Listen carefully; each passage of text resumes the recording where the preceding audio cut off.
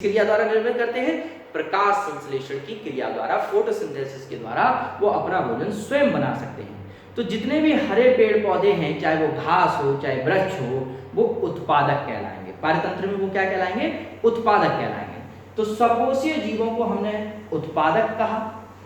इसके अलावा उपभोक्ता क्या होते हैं? परपोषी जीव। इसमें जंतु आ जाते हैं। जितने भी एनिमल्स हैं वो सब किस कैटेगरी में आएंगे? उपभोक्ता कहलाएंगे, यानी कंज्यूमर कहलाएंगे। इसको प्रोड्यूसर कहते हैं, इसको कंज्यूमर कहते हैं। तो कंज्यूमर्स कहलाएंगे। अब कंज्यूमर की हमने यानी उपभोक्ताओं की 4 श्रेणी बताई हैं आपको। पहली श्रेणी होती है प्राथमिक उपभोक्ता, दूसरी द्वितीयक उपभोक्ता, तीसरी तृतीयक उपभोक्ता और चौथी सर्व उपभोक्ता। बात समझ में आ गई? अब उपभोक्ता क्या है? जो दूसरों पर निर्भर हो। और इसमें भी प्राथमिक उपभोक्ता क्या है? प्राथमिक उपभोक्ता के अंतर्गत सभी शाकाहारी जंतुओं को रखा गया है। जितने भी शाकाहारी जंतु हैं वो सब प्राथमिक उपभोक्ता हैं, चाहे वो बकरी हो, गाय हो, खरगोश हो, टिड्डा हो। ये सारे शाकाहारी जंतु जो हैं वो आपके किस श्रेणी के उपभोक्ता हैं? प्राथमिक श्रेणी के उपभोक्ता हैं। और ये शाकाहारी जंतु अपना भोजन किससे प्राप्त करेंगे? सीधे उत्पादकों से। घास खाएंगे, पेड़ पौधे की टहनी खाएंगे, पत्ते खाएंगे। तो ये जो शाकाहारी जंतु हैं वो अपना भोजन किससे प्राप्त करते हैं? उत्पादकों से प्राप्त करते हैं। इसके अंतर्गत सभी शाकाहारी जंतु आ जाएंगे, चाहे खरगोश हो आपका, चाहे आपका टिड्डा हो। ये सारे जो शाकाहारी जंतु हैं वो किस श्रेणी को उपभोक्ता हैं? प्राथमिक श्रेणी। अब द्वितीयक श्रेणी के उपभोक्ता कौन से होते हैं? द्वितीयक श्रेणी के उपभोक्ता वह उपभोक्ता हैं जो अपने भोजन के लिए प्राथमिक श्रेणी के उपभोक्ताओं को खाते हैं। यानी कि इसके अंतर्गत छोटे मांसाहारी जंतु आ जाएंगे। छोटे मांसाहारी जंतु जो हैं वो इसके अंतर्गत आ जाएंगे। जैसे टिड्डे को खाएगा मेढक। टिड्डे को क्या खाएगा? मेढक खाएगा।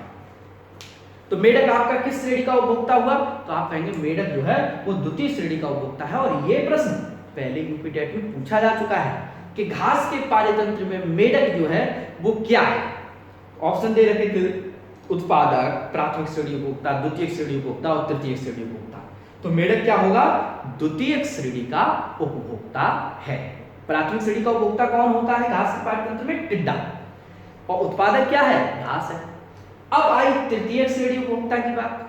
तो तृतीयक श्रेणी उपभोक्ता में वह जंतु आते हैं जो अपने भोजन के लिए द्वितीयक उपभोक्ताओं को भी खा लें या प्राथमिक उपभोक्ताओं को भी खा सकते हैं। होते मांसाहारी हैं, बस ये बड़े मांसाहारी जंतु होते हैं। ये कैसे होंगे? बड़े मांसाहारी जंतु होंगे। और जैसे मान लीजिए इसी को अगर ले लें हम, तो मेढक को खाएगा सांप। तो सांप जो है वो कैसा हो गया? आपका तृतीय श्रेणी का उपभोक्ता हुआ, यानी कि तृतीयक उपभोक्ता हुआ। प्रथम श्रेणी का टिड्डा, टिड्डे को खाया मेढक ने और मेढक को खाया सांप ने। तो सांप हो गया आपका किस श्रेणी का उपभोक्ता? तृतीय श्रेणी का उपभोक्ता। अब आया सर्व उपभोक्ता। प्राथमिक श्रेणी में सभी कैसे थे? शाकाहारी थे। द्वितीयक और तृतीयक में कैसे थे? मांसाहारी थे। और सर्व उपभोक्ता में ऐसे जंतु जो शाकाहारी भी हो और मांसाहारी भी हो। यानी कि इस श्रेणी के अंतर्गत हमने रखा है सर्वाहारी जंतुओं को। किसको रखा है? सर्वाहारी जंतुओं को। जैसे कि मनुष्य जो है, मनुष्य किस श्रेणी का उपभोक्ता है? अगर आपसे पूछा जाए तो आप कहेंगे मनुष्य जो है वो एक सर्वाहारी है, यानी कि वो किसमें आएगा? सर्व उपभोक्ताओं में आएगा। बात समझ में आ गई? तो ये उपभोक्ता थे। उपभोक्ताओं में प्राथमिक श्रेणी, द्वितीयक श्रेणी, तृतीयक श्रेणी और सर्व उपभोक्ता, 4 श्रेणी हमने बताई। अब बात आती है जैविक घटकों में तीसरे घटक की हमारी, जो कहलाता है अपघटक। अपघटक क्या होते हैं? देखिए, अपघटन का मतलब होता है छोटे छोटे टुकड़ों में तोड़ देना किसी चीज को। दरअसल उत्पादकों की जब मृत्यु होती है या उपभोक्ताओं की जब मृत्यु होती है तो अपघटक जो हैं उनके मृत शरीरों का अपघटन कर देते हैं, जिससे वो जो है छोटे छोटे पार्ट में बढ़ जाते हैं, सड़ जाते हैं और खत्म हो जाते हैं। तो अपघटकों का काम क्या है? अपघटकों का काम है जो इनकी मरे हुए शरीर, मृत शरीर हैं, उनकी सफाई करना, उनको खत्म कर देना, अपघटन कर देना। तो इसीलिए पारतंत्र में अपघटकों को सफाई कर्मी भी नाम दिया गया है। ये कहा गया है कि पारतंत्र में सफाई कर्मी किस घटक को कहा जाता है? तो आप कहेंगे कि पारतंत्र में अपघटकों को सफाई कर्मी भी कहा जाता है। बात समझ में आ गई। इसके अंतर्गत सूक्ष्म जीव आते हैं, छोटे छोटे जीव, और जीवाणु हैं, जैसे जीवाणु आते हैं, तो वो क्या करते हैं, मृत शरीर का अपघटन कर देते हैं। अपघटकों का इंपॉर्टेंट रोल है पारितंत्र में, अगर ये नहीं होंगे तो इनके मृत शरीर कभी भी सड़ेंगे नहीं और पृथ्वी पर लाशों के ढेर लग जाएंगे। तो अपघटक जो है वो पारितंत्र का एक महत्वपूर्ण हिस्सा होते हैं, इनको हम हटा नहीं सकते, बल्कि आप ये समझिए किसी भी घटक को अगर हमने खत्म किया तो हमारा पारिस्थितिक संतुलन जो है वो बिगड़ेगा। बात समझ में आ गई।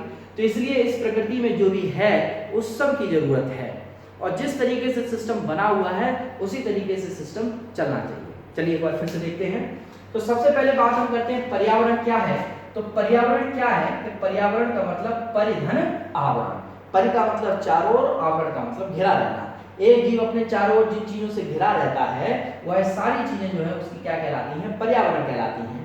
पर्यावरण के दो घटक हैं, जैविक घटक और भौतिक घटक। जैविक घटक जो भी पर्यावरण में हमारे जीव के चारों ओर जीवित चीजें हैं, सजीव हैं, पेड़ पौधे, जीव जंतु, वो सब उसके जैविक घटक होंगे। अजैविक घटकों के अंतर्गत वो चीजें आ जाएंगी जो अजैविक हैं, जैसे कि आपका कौन सी आ जाएंगी भौतिक घटकों में, आपके मृदा हो गई, आपका जल हो गया, प्रकाश हो गया, ये सब कैसे घटक होते हैं, भौतिक घटक। तो इन दोनों घटकों से मिलकर ही हमारा पर्यावरण बनता है। दूसरी चीज हमने बताई पारिस्थितिकी विज्ञान यानी इकोलॉजी क्या है। तो जो पर्यावरण है उस पर्यावरण के साथ जीव का जो पारस्परिक संबंध होता है उस संबंध के अध्ययन को ही हम क्या कहते हैं, पारिस्थितिकी कहते हैं, यानी पारिस्थितिक विज्ञान कहते हैं। इसकी दो मुख्य शाखाओं के बारे में हमने बताया, एक स्वयं पारिस्थितिकी और एक पर पारिस्थितिकी। स्वयं पारिस्थितिकी जिसमें एक जीव या एक ही जाति के जीवों का पर्यावरण के साथ पारस्परिक संबंध का अध्ययन किया जाए तो वह कहलाएगी आपकी स्वयं पारिस्थितिकी। पर पारिस्थितिकी में हमने कहा विभिन्न जातियों के जीवों का। फिर हमने बताया कि जो पारिस्थितिकी शब्द है वास्तव में सबसे पहले इसका किसने प्रयोग किया था, तो रेटर ने सबसे पहले इस शब्द का प्रयोग किया था, लेकिन इन्होंने बहुत ज्यादा इसको विस्तृत रूप में नहीं बताया। बाद में चलकर अर्नेस्ट हैगल ने इस शब्द का प्रयोग किया और इसकी सर्वप्रथम व्याख्या की। इसीलिए हम कहते हैं कि अर्नेस्ट हैगल ने ही पारिस्थितिकी का सही रूप में प्रयोग किया था। ठीक है, तो ऑप्शन के ऊपर डिपेंड करेगा। ऑप्शन अगर दोनों आ रहे हैं तो आप रेटर को लगाएंगे, नहीं तो आप अर्नेस्ट हैगल को ही लगाएंगे। मोस्ट प्रोबेबली आपको अर्नेस्ट हैगल ही मिलता है, तो कंफ्यूजन की कोई बात नहीं है इसमें। अब बात करते हैं पारितंत्र। पारितंत्र शब्द किसने दिया, एजी टेंसले ने। पारितंत्र दो तरीके के हो सकते हैं, प्राकृतिक पारितंत्र और कृत्रिम पारितंत्र। प्राकृतिक जो प्रकृति ने बनाया है पारितंत्र, और कृत्रिम जो मानव द्वारा निर्मित पारितंत्र। जैसे कि हम एक इसमें ले सकते हैं मछली घर। तो कांच का मछली घर होता है, एक्वेरियम जो होता है, एक्वेरियम आप जानते हैं एक कांच का बना होता है, उसमें मछलियां पालते हैं हम लोग घरों में, तो वो एक कृत्रिम पारितंत्र है। वो एक कैसा है, कृत्रिम पारितंत्र है। प्राकृतिक पारितंत्र जो प्रकृति में बने हैं, जैसे घास के मैदान का पारितंत्र, तालाब का पारितंत्र, वन का पारितंत्र, ये सब आपके जो है महासागर का पारितंत्र, समुद्र का पारितंत्र, ये सब पारितंत्र प्रकृति के द्वारा निर्मित किए गए हैं, तो ये प्राकृतिक पारितंत्र हैं। अब प्राकृतिक पारितंत्रों को भी हम दो वर्गों में बांट सकते हैं कि स्थलीय पारितंत्र और जलीय पारितंत्र। जो स्थल पर बने हैं पारितंत्र वो स्थलीय, जो जल में बने हैं वो जलीय पारितंत्र। यहाँ तक बात समझ में आ गई थी। फिर हमने बताया कि कोई भी पारितंत्र जो है वो दो घटकों से मिलकर बना होता है, जैविक और अजैविक घटकों से। जैविक घटकों में जैविक चीजें, इनको भी तीन वर्गों में बांट दिया, उत्पादक, उपभोक्ता और अपघटक। उत्पादकों में स्वकोषीय हरे पौधे आ जाते हैं जो अपना भोजन स्वयं बना लें। उपभोक्ताओं की चार श्रेणी, प्राथमिक, द्वितीय, तृतीय और सर्वभोक्ता। अपघटक सूक्ष्म जीव होते हैं, इन्हें पर्यावरण में या इन्हें हम पारितंत्र में सफाई कर्मी कहते हैं। ये इनके मृत शरीरों का अपघटन करते हैं, इनकी भूमिका बहुत इंपॉर्टेंट होती है। तो मेरे ख्याल से आज इतना आपको समझ में आ गया होगा। अब हम बात करेंगे कि पारितंत्र में ऊर्जा का प्रवाह किस तरीके से होता है। ऊर्जा जो है वो पारितंत्र में किस तरीके से आगे बढ़ती है, क्योंकि आपको मालूम है जीवित रहने के लिए ऊर्जा की आवश्यकता होती है और कोई भी पारितंत्र ऊर्जा पर ही डिपेंड करता है। तो ऊर्जा कहाँ से कैसे जाती है, कितनी ऊर्जा जाती है, कितनी स्थानांतरित होती है, ये सारी चीजें जो हम लोग पढ़ेंगे पारितंत्र में ऊर्जा का प्रवाह। पारितंत्र में ऊर्जा का प्रवाह समझ में आया आप लोगों को? आया ना? ठीक, चलिए।